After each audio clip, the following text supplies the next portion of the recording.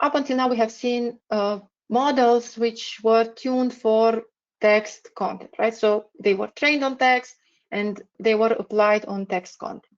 Now, one interesting thing with the annotation lab is the fact that it also allows you to import PDF documents.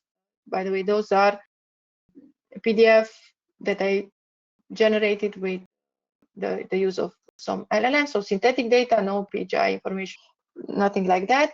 But for this particular project, I chose, let me show you in the configuration, I chose to pre-annotate it with models which were trained on text data, right? So now I'm able to import PDF documents into a PDF type of project and run pre-annotation on those documents with text-based model. And this is how the pre-annotations look like. So you see, obviously, this is not a text document, it's a PDF, it's even a scanned PDF. We do recognize all the words which are burned into the image, okay? And then we apply text models on top of the extracted text, right?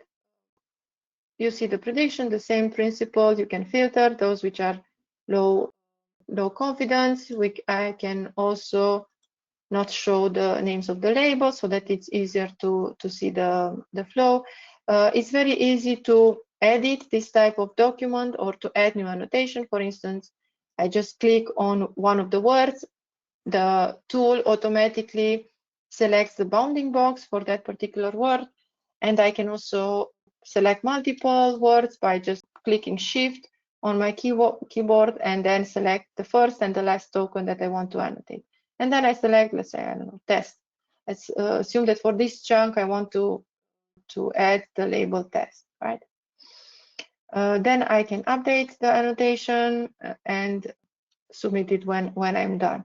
You can also create relation between different entities by clicking on the first entity, then pressing the R key on the keyboard and clicking on the second entity.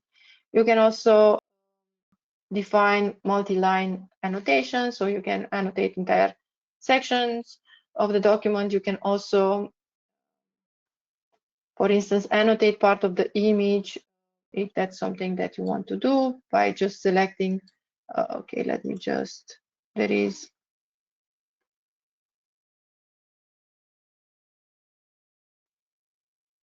this option which will allow users for custom selection of regions. So this can also help me identify maybe parts of an image that I want to annotate with a certain label. Okay, for instance, when I want to annotate, I don't know, cancer entities or tumors and something inside of an image, or signatures or logos or company names and so on.